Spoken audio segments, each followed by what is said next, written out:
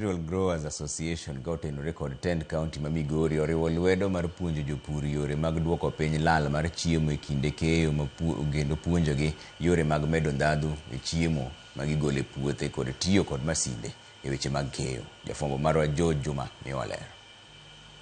Maromo atamalo 30 mag chiemo e kaunti ma Migori ma igolo e puothe lal ka ochakore keyo nyaka e chiro. Mae osetudi kod midhieche mathoth moting'o onge mag masinde ma inyalo tigo e keyo, onge mag kuonde ma ikane mo kuom chiemogi mondo koro kik gikethre mapiyo piyo. Yudo seche ma ng'ato golo cham e puodho to weather ok ber, seche go yudo ka some losses biro kaluwore gi handling ma ok ber ahinya.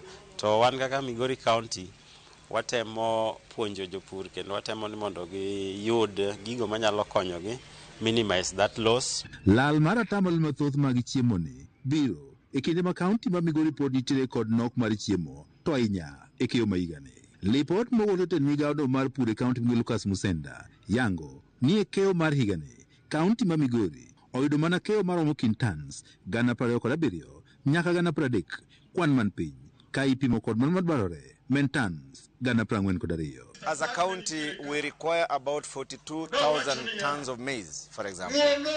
The last assessment that we had is pointing to anything between 27 to 30,000 tons of food that is available here. That is already telling us that we are looking at a food insecure county in the next season. But of course, we are preparing ourselves in the best way possible. E okang' ma geng'o lal ma chiemo kowuok e puothe nyaka chiro, Tend County ma Migori kaotenre korwogno Rural Growers Association dhi nyime kod tiego jopur e yore mag geng'o lal mar chiemo. Kawuono adhi yudo thresher ma adhi konyora godo e weche mag suso mag oduma. Kawuono mor kabisa nikech kawuono gikelo no masin manyasani. During rainy season, we usually get a lot of fodder that due to limited capacity in our farmers to store and knowledge, we get feeds that are wasted. Director migawo mar pur e kaunti Migori Peter Gutu mane wuoyo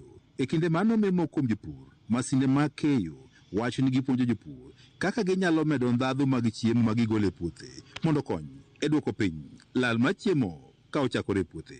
Watemo timo kamano mondo wa encourage youth mondo donje e weche mag agriculture kendo wakonyogi mondo giduok chien lal mabiro e weche mag purgi. Jopur bende ipuonjo kaka ginyalo medo ndhadhu ni chiemo kaka yo mar geng'o lal mar chiemo ma iwito nikech gikethore. Calvin Sobiro matero ma Rural Growers Association wani kaka riwruok gisebedo ka gijolo jopur matindo ka gimiyogi masinde manyalo konyogi e wechego mag keyo kaachiel kod mamoko. Yudhe mwamiyo yudhe gin kaka shela ma suso oduma, chopa miloso godo chiemb dhok, wan kanyo gi motorized sprayer ma konyogi e weche go yath.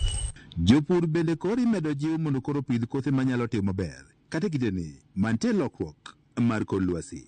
Jopur wa bende mondo donje e pur mar high value crops gi mondo giyud yuto makare. We are introducing high quality, high yielding fodder crops like junkao that we've purchased during this financial year. George Juma, Ramogi TV.